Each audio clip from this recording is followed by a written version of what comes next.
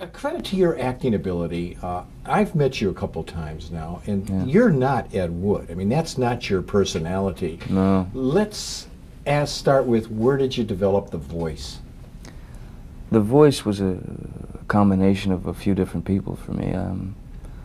First was it was sort of a combination of Ronald Reagan, that kind of blind optimism and enthusiasm, also the enthusiasm and the sort of salesmanship quality that Casey Kasem has, and the Tin Man from The Wizard of Oz. You know? No John Lovitz. No, no, because John some Lovitz. people have. He's doing John Lovitz. You know? Yeah, no, I wouldn't be that blatant. I wouldn't steal from John Lovitz. No. No, you did a great job with Thanks it. very much. How would you describe, and this isn't fair in maybe 30 seconds, this guy Ed Wood that you play? How would you describe this guy? So what you've learned about him in all your research? Well, I had a sneaking suspicion before I started all my research that he was not the world's worst director.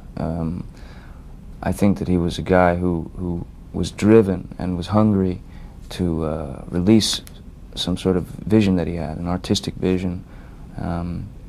And I think he was an important filmmaker in that sense, because there may not have been a John Waters or a Tim Burton or a David Lynch without a renegade like Ed Wood. So hopefully I'm part of a team that is going to put a whitewash over the sort of dirty image that he's been given. Yeah, I think he was the director of all time. Yeah, I don't Just a guy that wanted to work and wouldn't take no, right? Yeah. Did you feel it was a risk having to play a transvestite? No. No, not at all. No, it was it was an opportunity to sort of have some fun, you know. I mean, to dress up in women's clothing and start be hanging out on the set with some of the grips or electricians.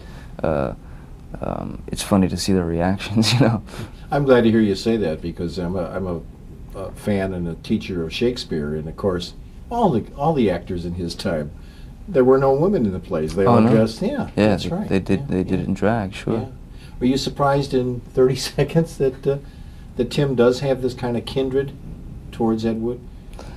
No, I'm not surprised at all. I think that Tim has a strange, profound respect for Ed, and the process of making a movie, and the process of coming up with a story. So I think that there are similarities in Tim. I think there are similarities with John Waters and Ed Wood.